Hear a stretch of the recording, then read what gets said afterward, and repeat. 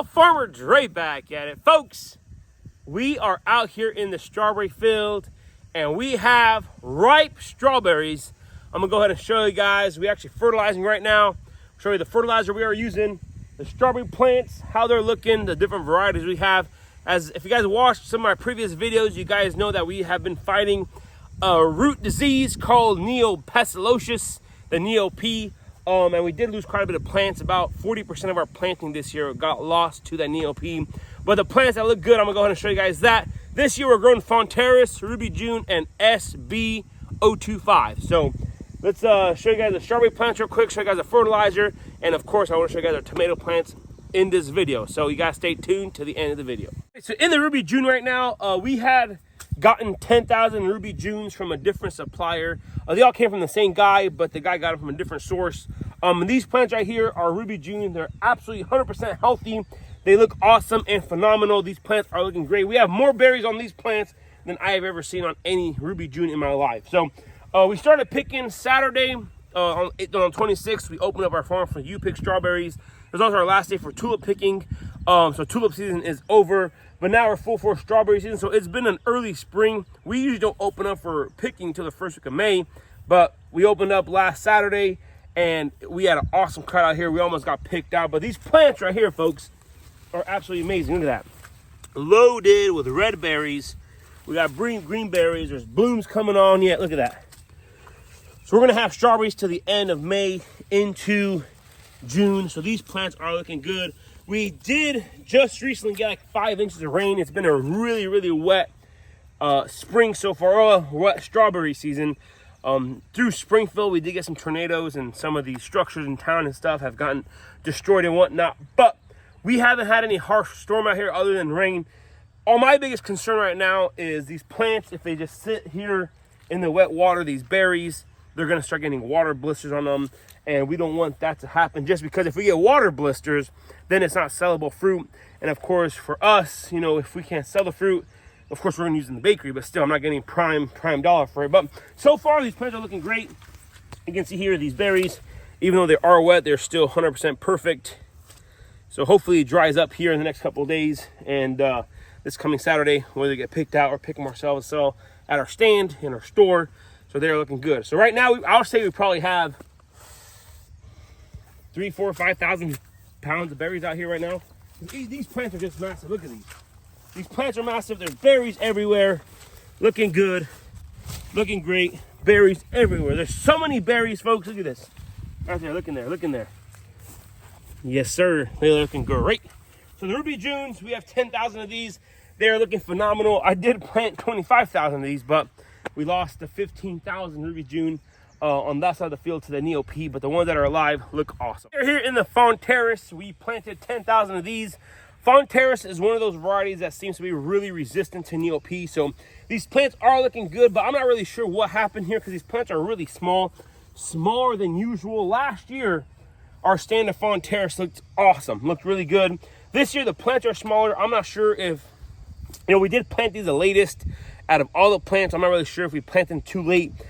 But you know what? There's still ripe fruit out here. These Fonterris are looking good. There's still a lot of free green fruit out here, but there's just not an abundant amount as the Ruby June. So I'm not really sure what happened here. But you can see here, there's a lot of them coming on. And see, the water. This is the water blisters I was talking about. So this is ripe, perfect ripe strawberries, but from that water hitting that berry like that, it starts blistering up. So unless, you know, customers don't really know what they're doing to pick this, you know, it's still a good berry. It's not soft yet. But this thing, once it gets hot and sunny outside, it's gonna go bad really quick. So we're gonna use these in the bakery, but most of these berries are nice, big, large berries. Fonterris is not as sweet. They have a different flavor, but most guys down south love this variety. It's more of your traditional variety you find like in a lot of the Fonterris is more of a commercial variety you find in your grocery stores and whatnot, growing in Florida, California. But nothing beats a farm fresh strawberry. So this strawberry right here is 10 times better than anything you'll find in the grocery store. So look at that, fully red, delicious, sugar. Like I said, we still got plenty of blooms coming on this variety right here. Fonterris look awesome. They are great. I'm gonna continue to plant them. They are a little more cold sensitive. So maybe we got down to -12 this past winter. We did lose our entire peach crop to winter injury. But we had our strawberries covered, row cover. So maybe that's some of the issue we had. Maybe they did get a little bit of winter damage. So that's why the plants aren't looking as good, but they still got a lot of berries on them, so they're still looking good. But maybe that's why the plants are a little smaller compared to the Ruby June. Ruby June are more resistant. And of course the SPs will show you guys in the backfield there. They're looking awesome. But yeah, so far so good. Today is April 30th, I believe. So, you know, it's towards the end of the month of April. We got a ton of berries out here, but May is the berry month for us here on our farm, so looking good. So delicious. All right, so we are injecting fertilizer right now, and if you guys watch my tomato video, we are injecting the high CalMag 12-5-19 fertilizer on our tomatoes and on strawberries. It's a really good vegetable fertilizer, so we're gonna start using this in our field production as well. This is my first year using it on strawberries, but so far it's been working great. Bunch of large berries, a lot of good sized berries, so we're excited. But yeah, we just got a masking injector in here off the well. Right now they're going to the SPs. Since we did get a lot of rain, we are just fertilizing today. We are not irrigating, so we're just putting on very minimal water, just enough to get the fertilizer in the field. But if it was dry out, I'll let the irrigation run for 4, 5, 6 hours, and then run the fertilizer so that fertilizer can get absorbed. But for now, we did, like I said, got a lot of rain. We are just running fertilizer. So.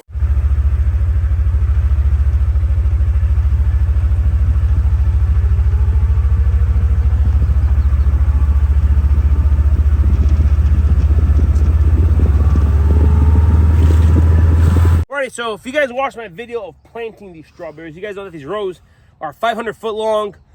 That's how, the longer the rows when you lay plastic, the easier. But we come in here and cut the field in half just so that we can split the varieties up a little bit. And whenever we're open for you pick and whenever we're picking, 250 foot or like 240 foot a roll, that gives us plenty of space on each side so that whenever we're picking in our customers, whenever their boxes get full, they're not having to walk from 500 foot or 480 foot down that same row on the way back. So they're able to split the field. That's why we split the field, and it makes it easier for us, especially when we fertilize and irrigate, and we get plenty of pressure.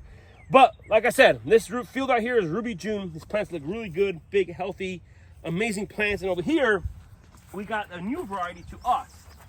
It's called, it doesn't even have a name yet, it's called SB, so strawberry 025. It comes out of the Netherlands. My honest opinion, I love these strawberries just because smaller plants with a lot of berries on them. Isaac, get in there, show the strawberries on there. They're similar to like California or strawberry size plants with a bunch of berries. The flavor so far, if you pick them really dark red, then it's really good. Not as sweet as a Ruby June, but it's still it's a really good strawberry. I mean, I'm not trying to downgrade it at all. It's a really good strawberry, not as sweet as Ruby June at full peak maturity, but it is awesome. Large berries, very, very, very large berries. For us, it's easier for you pick because customers don't have to search through the plants, good or bad. Some folks like bigger plants so that the customers get to dig and, they fill their baskets slower and they'll eat less in the field. I would rather have our customers come out here, pick the berries and leave the field. Even though on Saturday, we come back out here with Isaac and we did find like areas where folks are just chowing down on these strawberries, and it's just part of the U-Pick experience. It kind of irritates us a little too much, but it is what it is. Folks don't realize that every time they eat a strawberry that they haven't paid for it, they're stealing from us. So I mean, I'm not the stealer, they are. But anyway, so these plants are looking great. The SB's 025. There is a lot of interest in these plants because these plants, out of all the plants this year, are the most resistant, or they tolerate the neopestalosis really, really well. So there's guys down there that are very interested in growing this variety because it's neop resistant. We haven't seen any signs of neop on these plants yet, but then again, I'm not the best farmer out there, so I wouldn't consider me, the man to go to trial stuff. But as you can see here, they're very prolific, very productive here. You can see we still got a lot of blooms coming on here. So we're gonna have strawberries for a while. We'll see how they last in the cooler. We have a few boxes we picked, and we're just letting them sit in the cooler, see how long they last. So far, I've taken the rain okay. I mean, there's some like over here that didn't get picked on Saturday that are starting to mold away or rot off. But you know, it kind of is what it is. What are you gonna do? It's just part of it. And plus, we were sunny on a Monday and it rained for the past 3 days, and there's nothing to do. I mean, it is what it is. That's the problem with growing strawberries out here in Southwest Missouri or in the Midwest.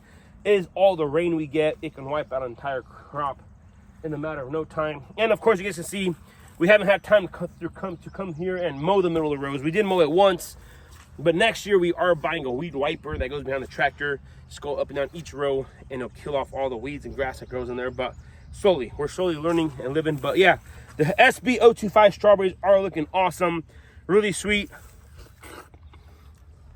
fully red down the middle. So they're looking amazing. Nice large berries. They're taking the water fairly well. So that massive juicy strawberries. That water, look at that. Juices coming out of the strawberry like that. Delicious. Good as can be. Like I said, still a really, really, really good strawberry. Not as sweet as a Ruby June, but Ruby June, when it comes to the bricks level, is pretty high up there. I mean, I don't think you're going to find a strawberry sweeter than Ruby June. But if Ruby June is going to slowly fade out of production just because of NeoP, I guess we are stuck growing these SBs. But they're looking great. Awesome, delicious strawberries.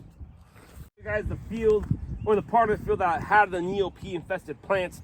At planting, these plants did look okay. They weren't the best looking plants, and I should have known not to plant them if I would have known how devastating the disease is. But you can see here the Ruby June over there. You can kind of see they're starting to fade away. I guess the boys who are planting kind of mixed up the trays. I told them to, hey, plant all the good plants first, all clear straight, and then start planting the other ones. But I guess there's, one row of the good plants and some in between. But you can see the strawberries that came back from the disease. Look at that. Oh yeah. Isaac, how many pounds of berries can you pick off that plant? 4 pounds. Big money maker. I mean, big money maker. Like I said, in this single row here, there's probably 20 strawberries ripe. 20 strawberry plants that are still alive. There's just a few berries. So you can see how devastating it is. Like I said, we lost 15,000 plants. That's 40% of our planting this year to the Neopestalosis. So we are excited that our plants that are alive and doing well are going to have an abundant crop. We're going to have a bumper crop on those. So the good Lord is taking care of us, folks. The plants that look great are looking awesome. The plants that died are just dead. So there's nothing we can do. It's kind of unfortunate because we kind of knew that this was a problem. So whenever we did plant, our supplier said, hey, you know what? It's at your own risk if you plant. So we were just aggressive and thought we were going to make good amounts of strawberries. Thought we were going to do great with it. But then again, I learned that if you plant disease plants, don't expect to get anything. So actually, we didn't even cover these row covers. We saw how they looked in the fall. After 3 weeks after planting, they started turning yellow and dying. So we didn't even cover the section of row cover. We didn't even weed it. We didn't do nothing. I guess we could have planted something in this plastic. But this summer, after we're done with strawberries, we're actually getting ready to plant our corn maze here. So we crop rotate. So we're gonna pull out the plastic, clean up this field, and plant our corn maze in here. So we're gonna have about a 6-acre corn maze this fall. So it's going all the way back to those trees. And yeah, so that's the problem about interplanting some stuff here on our farm, because we're always moving fields and crop rotation.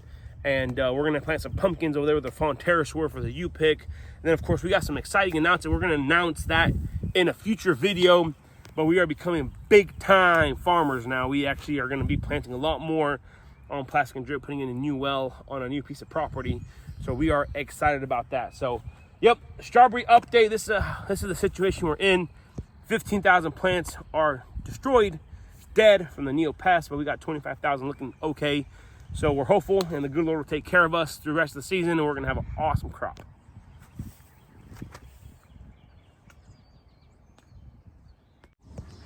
Alrighty, folks, in here in the tomato high tunnel, well, it's a greenhouse, technically.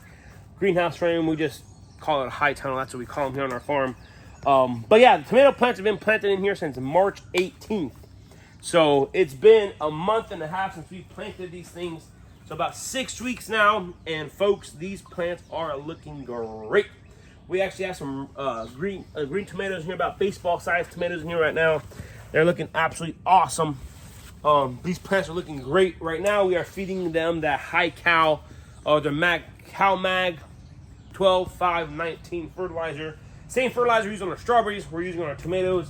And if you guys see my other previous videos, you guys know that we are using the pot system. So each plant is getting, well, these plants got pruned, nice. Nice, prune these plants out. Isaac, there we go. Did some pruning on them a little earlier. But these plants are growing like weeds. So we're growing them in pots, fertilizer system with a timer. They're getting water 3 times a day. Right now we're on 20 minutes. I actually turned it down a little bit because it's been cloudy for the past 3-4 days. But yeah, these plants are looking great. A lot of blooms. Look in here. 6 weeks after planting, these plants have a bunch of berry, a bunch of maters on them, tomaters, a bunch of green tomatoes, a bunch of blooms everywhere. So we are projecting an awesome year on these tomato plants. We're still running the heater at night. It's been getting cold, and it hasn't been such a warm spring. I mean, it's been warm enough for the berries to ripen, but it hasn't been terribly warm for these tomatoes. But I'm saying 6 weeks, these plants are looking great. These are the best I've ever had plants, tomato plants look ever in my life. And because every single plant is getting spoon-fed that fertilizer water from our irrigation system. So we got an Aerotol rain dial here, the electronic timers running through. Every time we irrigate, we are fertilizing. So the plants are getting spoon-fed, nice fertilizer water, so they're looking great. Like I said, we have 504 tomato plants in here, and we're hoping to pick around 10,000 pounds of tomatoes out of here this year. So it is gonna be absolutely awesome. Biggest thing in tomato greenhouse right now is walking through almost daily and checking for any kind of disease or insect pressure. As of now, we haven't seen anything, but I might start putting on just some preventative fungicide applications so these plants don't get any gray mold or rot or any botrytis or anything like that. And of course, I'm gonna stay on top of watching out for spider mites. Spider mites will annihilate tomato plants if you're not careful. I've had big issues with them in the past, especially in our high tunnel here. So this year on the new system, I'm gonna try to keep on top of the fungicide and the insecticide applications. Mites are top priority. Then of course you got white flies. We don't have any thrips in here, or we shouldn't have any thrips, so that shouldn't be an issue. But yeah, looking great. We are excited to start harvesting here in about a month, 2 months from now. So it's gonna be awesome. So you guys stay tuned. Like I said, we got some more exciting news coming down the pipeline. We've been busy every Saturday out here. We've been having festivals. You pick strawberries, all the excitements, activities for kids and everything. So it has been great. So thank you guys for sticking up to this point. If you guys haven't already, go ahead and hit that subscribe button, smash the like button if you guys enjoyed today's video. Don't forget, hit that notification icon so you guys can be notified whenever I do upload a video. I want to say thanks for watching up to this point. Yuns, have a good day. I'll see you next time.